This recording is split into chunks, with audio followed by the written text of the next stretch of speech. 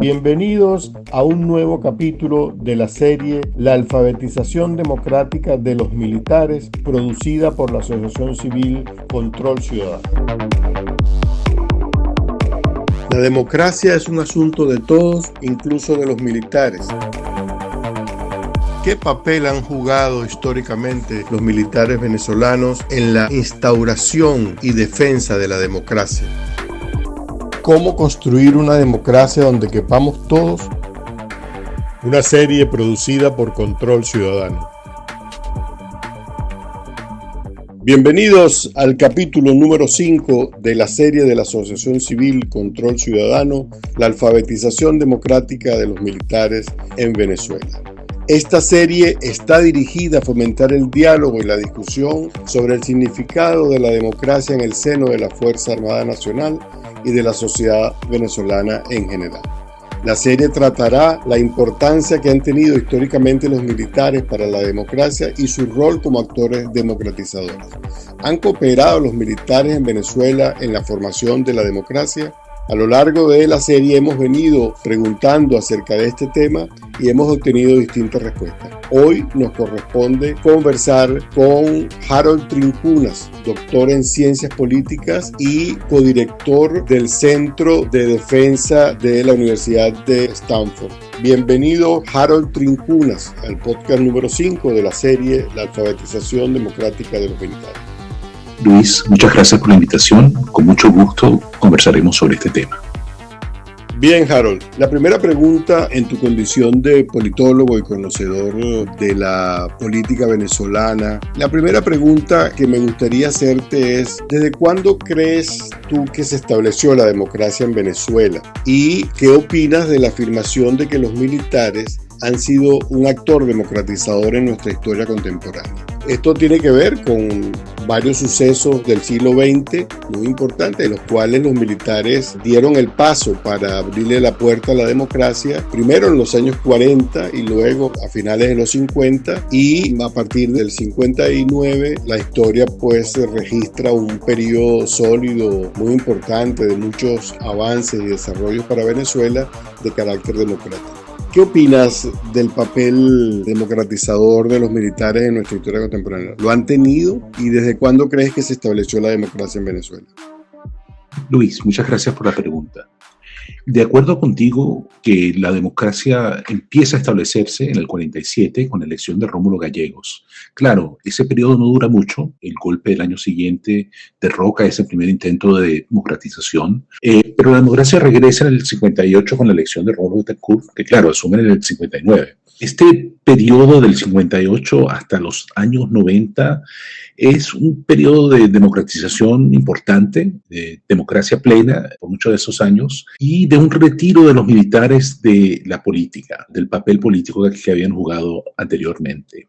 Entonces sí, creo que es importante afirmar que los militares cooperaron con el establecimiento de la democracia, comenzando en los años 60. Claro, eso no fue una decisión unánime, hubo resistencia dentro de las Fuerzas Armadas, unos importantes intentos de golpe entre el 59 y el 62, si no mal recuerdo, pero en general yo creo que la tendencia de la mayoría de los militares se consolida a favor de la democracia y de la profesionalización de las Fuerzas Armadas, su retiro de la política, y es importante destacar que las Fuerzas Armadas apoyaron a la democracia hasta los años 90 y después, o sea, no es hasta bastante avanzado el periodo de los gobiernos de Hugo Chávez que empieza a verse un cambio dentro de la institución militar con respecto al tema de democracia.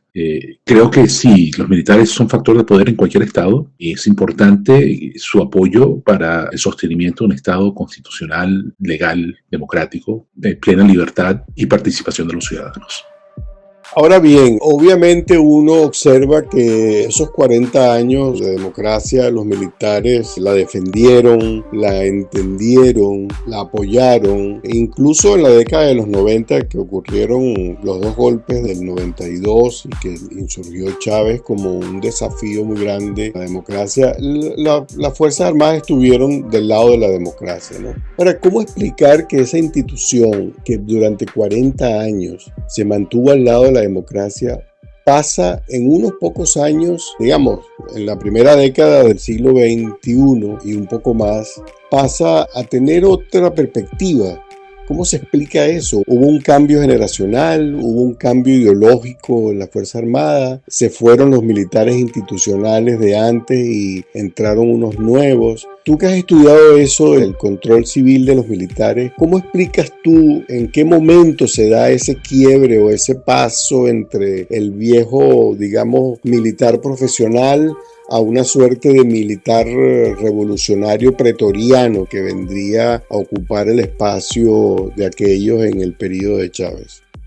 Luis, esto me parece una excelente pregunta. Yo diría que hay dos partes a la respuesta. La primera ocurre en los años 90. Como tú bien dices, las Fuerzas Armadas defendieron a la democracia ante los intentos de golpe de Hugo Chávez y de sus colegas en el 92. Pero eso ocurre dentro de un contexto de una grave crisis de legitimidad del Estado y la democracia en Venezuela, una falta de desempeño. Y las Fuerzas Armadas, como parte de la sociedad, también experimentaron esa crisis de confianza. Esto, en cierta forma, permite que alguien como Hugo Chávez surja como un líder que promete la salvación. Y en particular para las Fuerzas Armadas, ellas se sentían frustradas por su falta de participación en las respuestas del Estado ante la crisis económica, social, política de los años 90 en Venezuela.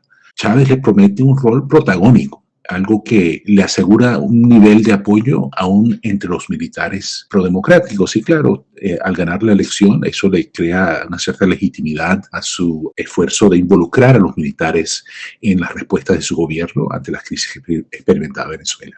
Ahora, claro, Chávez militariza muchas de sus respuestas gubernamentales a la situación, incluye a los militares en el gobierno, son ministros, trabajan en la burocracia, son gobernadores y toman otras posiciones mucho más políticas de lo que habían hecho durante las 4 décadas previas, ¿no? Y eso creo que crea una senda resbaladiza por la cual se deslizan los militares y pasan de defender el Estado, la Constitución democrática, a paso por paso defender al régimen. Algunos militares se vuelven a parcializar en apoyo de este modelo revolucionario pretoriano de Chávez y después de Maduro, pero eso no es lo único que pasa. También ocurre que los cambios que implementa Hugo Chávez durante su periodo de gobierno cambian a las Fuerzas Armadas. Hay un esfuerzo por cambiar el modelo de educación y politizar a ese modelo para convencer a los nuevos oficiales que se unen a las Fuerzas Armadas cada año a través de las academias militares a ser parciales al régimen y al partido de turno. También hay un fuerte esfuerzo de vigilancia a los militares por las propias Fuerzas Armadas y en ciertos periodos también con el apoyo del gobierno aliado de Cuba, el aliado del régimen de Chávez y Maduro, que crea un miedo a disentir de las políticas antidemocráticas que viene implementando el régimen. Claro, y eso vemos. Si vemos los prisioneros políticos que ahora hay en Venezuela, me parece que más de la mitad son de origen militar. Entonces simplemente es peligroso, aunque tengan vocación democrática, los que estén en las Fuerzas Armadas, es peligroso de disentir. Eso crea una combinación dentro de las Fuerzas Armadas. Hay un cambio generacional en el sentido de que algunos militares se parcializan, pero también hay un sistema de control civil autoritario que disuade a los militares con vocación democrática de levantar la voz o de disentir. Ahora, Harold, hay un tema aquí subyacente que siempre me ha preocupado y quiero planteártelo a ver qué opinas. Y es el tema de que en nuestros países de América Latina, cuando hay democracias, pareciera que las democracias tienen sobre sí una especie de espada de Damocles militar, en el sentido de que si fallan los civiles, si la democracia no es capaz de tal o cual cosa desde el punto de vista social, de lograr esto o lo otro, entonces los militares tendrán que actuar. Eso no lo vemos en otros países, digamos, en los cuales también ha habido crisis muy importantes y los militares han permanecido en sus puestos, digamos, de trabajo profesionales. Es decir, han actuado, por supuesto, en política, pero han actuado dentro de los límites que establece una constitución, dentro de los límites al poder público, nunca en plan protagonista, siempre en plan técnico profesional, pues, ¿no? Entonces, la gran pregunta es, ¿será que entre nosotros, los venezolanos y los latinoamericanos hay como una suerte de inclinación genética que hace que tengamos una idiosincrasia inestablemente democrática, es decir, que no aguantemos mucho tiempo con nuestras democracias, sino que las sacudimos cada cierto tiempo y pasamos al militarismo y luego nos cansamos del militarismo y volvemos a la democracia. Es decir, esa política cíclica que, bueno, en Venezuela ya la hemos practicado tardíamente en América Latina, pero la hemos practicado porque Venezuela se tomó mucho tiempo como democracia, mientras en América Latina se desarrollaban todo tipo de regímenes autoritarios. ¿Tú qué opinas de esto? Gracias, Luis. Yo creo que es un tema complicado, pero no lo considero algo que sea intrínseco a América Latina. Yo creo que hay dos partes a esta respuesta. Primero, sí existe una historia de intervención militar, una tradición de intervención militar en muchas partes de América Latina, pero algo que está un poquito en el pasado en la mayoría de los países de la región. Como tú dices, Venezuela más bien es tardía a ese autoritarismo que vimos antes en los años 60 y 70, por ejemplo, en otras partes de América Latina. Pero parte de ese fenómeno es la historia y la tradición de los militares en la política, pero también es la sociedad misma que se acostumbra a pedir la intervención militar. Entonces, no solamente es la formación de los militares propiamente dicho, que como te dije, yo creo que ha cambiado en grandes partes de América Latina, pero la costumbre de que los civiles llaman a la puerta del cuartel cuando no están complacidos con el desempeño del Estado o del gobierno democrático de turno. En muchos países eso ha cambiado, pero se puede retroceder, como ocurrió en Venezuela. Pero también tenemos que recordarnos que en el caso de Venezuela hubo un importante deterioro de las instituciones democráticas a partir del gobierno de Hugo Chávez. En cierta forma, no solamente se hicieron cambios constitucionales que dieron campo para una actuación mucho más parcializada del Estado a favor del partido de Hugo Chávez y de Nicolás Maduro, sino que se usaron deliberadamente los recursos del Estado, los recursos financieros para apoyar al partido de gobierno, pero también los recursos legales e institucionales se volcaron a favor del gobierno de turno. Lo que una democracia no debería ser. Esos instrumentos del Estado deben estar al servicio de la sociedad, gerenciados y administrados, claro, por un gobierno electo de turno, pero siempre con la posibilidad de que ese gobierno pueda perder una elección y pasar otro grupo de líderes políticos al poder. Entonces, lo que ha pasado en Venezuela me parece un poco diferente de las tradicionales dictaduras militares. Más bien es gobiernos básicamente liderados por civiles, claro. En el caso de Chávez, ex-militar, pero claro, Maduro tiene una carrera civil, que se volcan al autoritarismo y utilizan a las Fuerzas Armadas como instrumento de apoyo a ese régimen.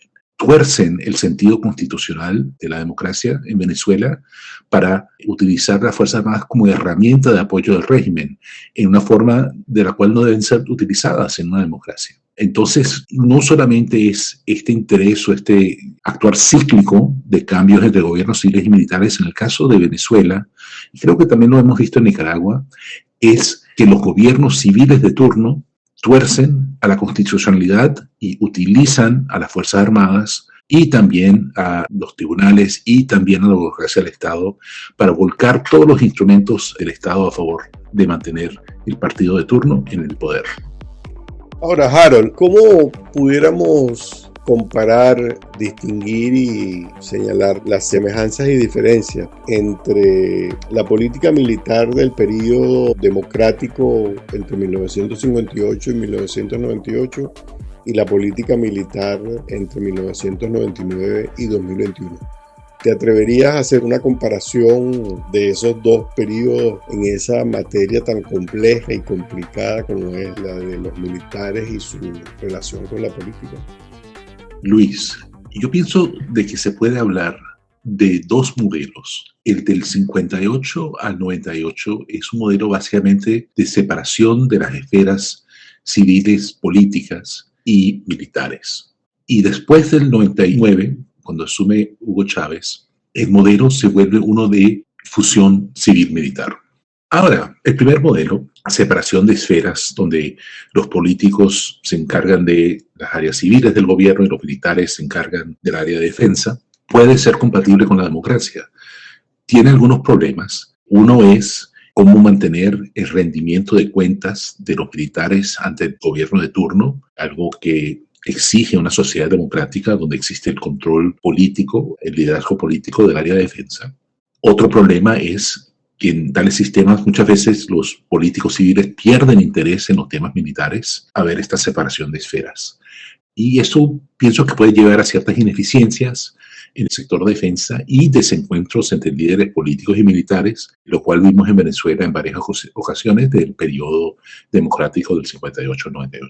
Pero el segundo modelo, el modelo de fusión civil-militar, tiene el problema que se presta fácilmente a apoyar a gobiernos autoritarios. Este tipo de fusión borra las líneas entre las funciones militares propias de la seguridad y defensa del Estado y apoyo a otras políticas de turno que quiere implementar un gobierno civil.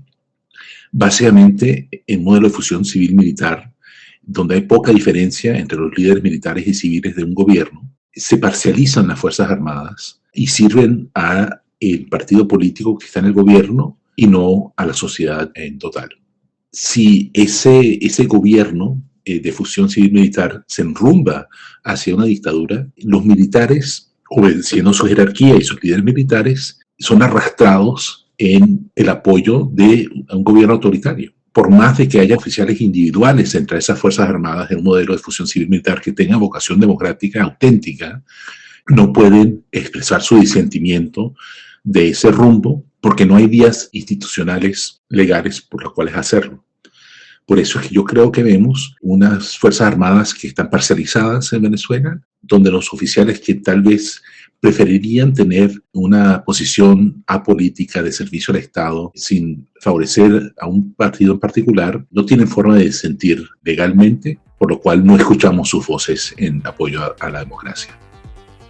¿Cómo evalúas el grado de control que existe hoy en día de los civiles en Venezuela sobre la Fuerza Armada Nacional? ¿Y tú crees que puede hablarse de un control civil sobre lo militar o, como dicen algunos, de un control militar sobre lo civil? ¿Qué opinas allí? O una tercera posibilidad de que Maduro, que es un civil, pero que necesita fuertemente a los militares, y los militares, a su vez, distintos de Maduro, se necesitan unos con otros un poco para la sobrevivencia política, ¿no? Por todos los señalamientos que tienen sobre ellos. ¿Cómo ves tú ese tema tan complicado? Bueno, Luis, yo estoy de acuerdo que es muy complicado.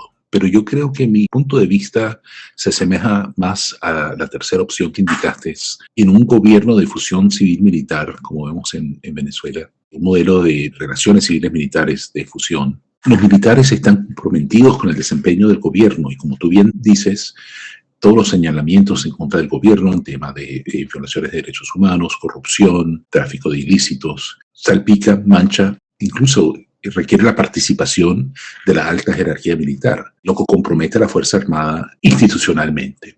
Y creo que lo que vemos en Venezuela es exactamente eso, una necesidad de Maduro y la alta jerarquía militar de cooperar para sobrevivir ante el tema de sanciones internacionales, falta de popularidad interna y todos los problemas económicos y sociales que tiene el país.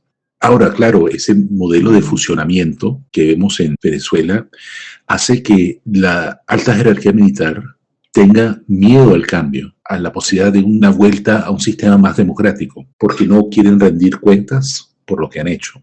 Y al liderar la institución militar y hacer a los de más alto grado en la jerarquía de los militares, pueden llevar a la institución con ellos mismos. Y también transmitir dentro de la información ese temor de que el cambio genera riesgos institucionales para las Fuerzas Armadas. Creo que esto es un gran problema en Venezuela, que la oposición no ha logrado pensar en cómo comunicarse con las Fuerzas Armadas para explicar cuál es el futuro de Venezuela y qué implica ese futuro para las Fuerzas Armadas como institución y para los oficiales individualmente y para sus familias. Eso creo que es un grave error comunicacional de la oposición. Entonces, entre ese modelo en Venezuela de fusionamiento civil-militar en los más altos escalafones del Estado y este miedo institucional de las Fuerzas Armadas al cambio hacia la democracia, impide, crea una traba hacia la posibilidad de cambio político en Venezuela. Porque ciertamente yo pienso que uno necesita el apoyo de las Fuerzas Armadas para la democracia. Unas Fuerzas Armadas que vuelvan a un rol profesional, no político, enfocado en áreas de seguridad y defensa.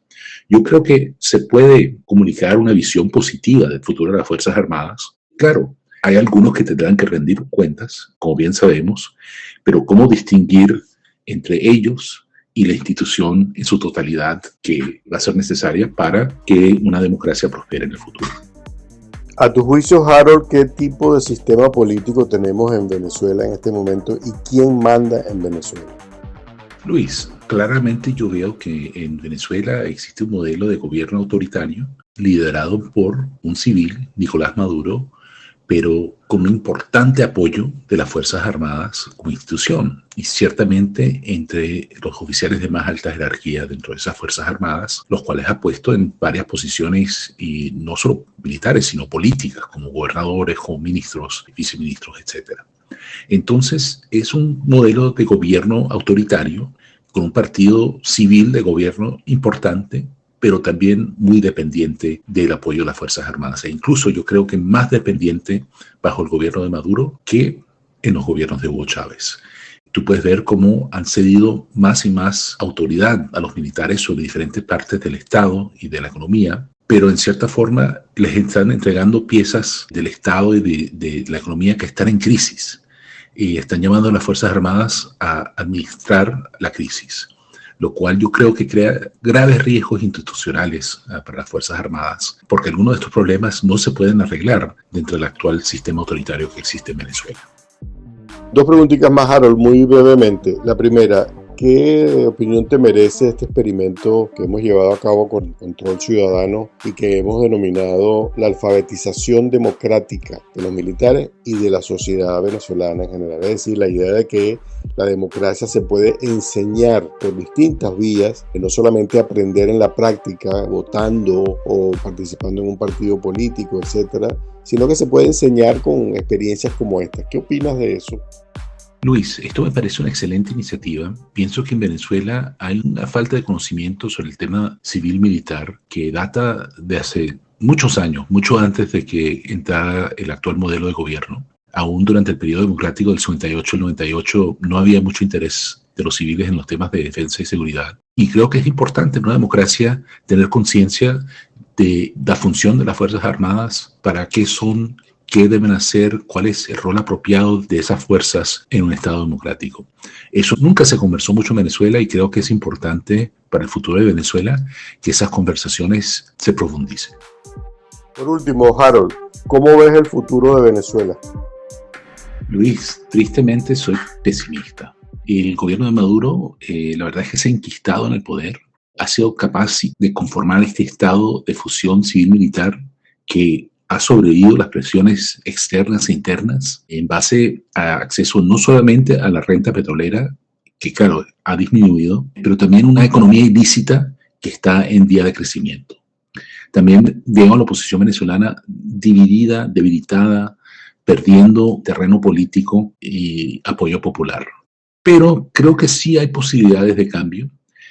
Yo creo que las negociaciones deben continuar. Yo creo que debe luchar la oposición por un espacio de liberalización que crea las condiciones para más actuación política de los civiles en Venezuela, más campo para la sociedad civil y actores como Control Ciudadano para participar en discusiones acerca de temas del futuro de Venezuela. Pienso que también existen militares en las Fuerzas Armadas con verdadera vocación democrática y que anhelan un regreso a un funcionamiento más normal, más profesional, en función de enfocarse en las áreas de seguridad y defensa propiamente de los militares. Yo creo que por ahí puede haber un camino en el cual los militares pueden ver un espacio para retornar a una función tradicional de defensa y seguridad si se conforma una vía a el retorno a un Estado democrático y constitucional.